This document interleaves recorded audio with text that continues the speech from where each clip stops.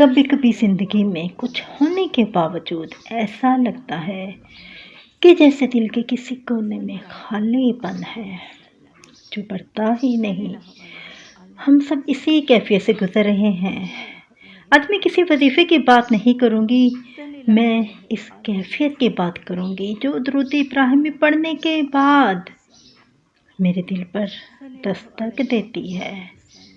السلام علیکم ورحمۃ اللہ وبرکاتہ۔ میں ہوں آپ کی میزبان اور یہ ہے نور درود، جہاں ہم صرف باتیں نہیں کرتے بلکہ دل جوڑتے ہیں اور سکون کے وہ راستے تلاش کرتے ہیں جو اکثر ہماری نظروں سے اوجھل ہو جاتے ہیں۔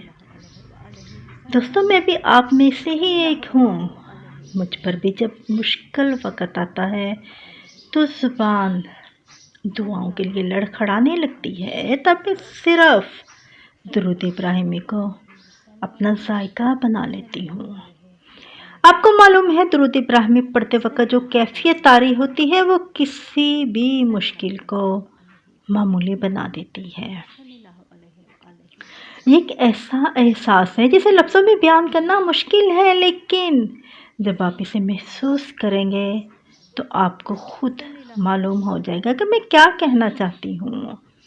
آپ میں سے اکثر نے کبھی نہ کبھی درود ابراہیمی سے سکون پایا ہوگا۔ مجھے بتائیے، جب آپ درود شریف پڑھتے ہیں تو کیا آپ کے دل میں بھی وہی ٹھنڈک اترتی ہے جس کا ذکر میں کر رہی ہوں، یا شاید آپ کے تجربات اس سے بھی زیادہ خوبصورت ہوں؟ کمنٹس میں ضرور بتائیے گا، کیونکہ آپ کا ایک تجربہ کسی دوسرے کے ٹوٹے ہوئے دل کو جوڑ سکتا ہے۔ دوستوں، میں درود شریف کو کیسے پڑھتی ہوں؟ میں اسے تعداد کے چکر میں نہیں پڑھتی۔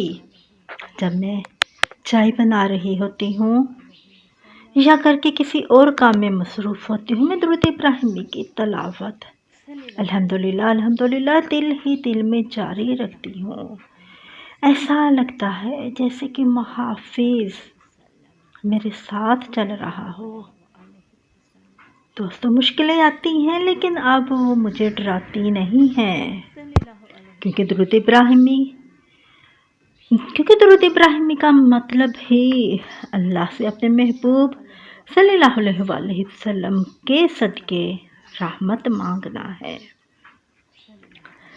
جب اللہ دلوں کو سکون عطا فرمائے اور ہماری الجھی ہوئی ڈوریاں سلجھا دے۔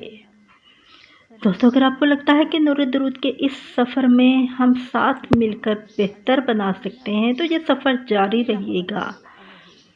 اپنا بہت خیال رکھیں اور درود ابراہیمی کو اپنی سانسوں کا حصہ بنا لیں۔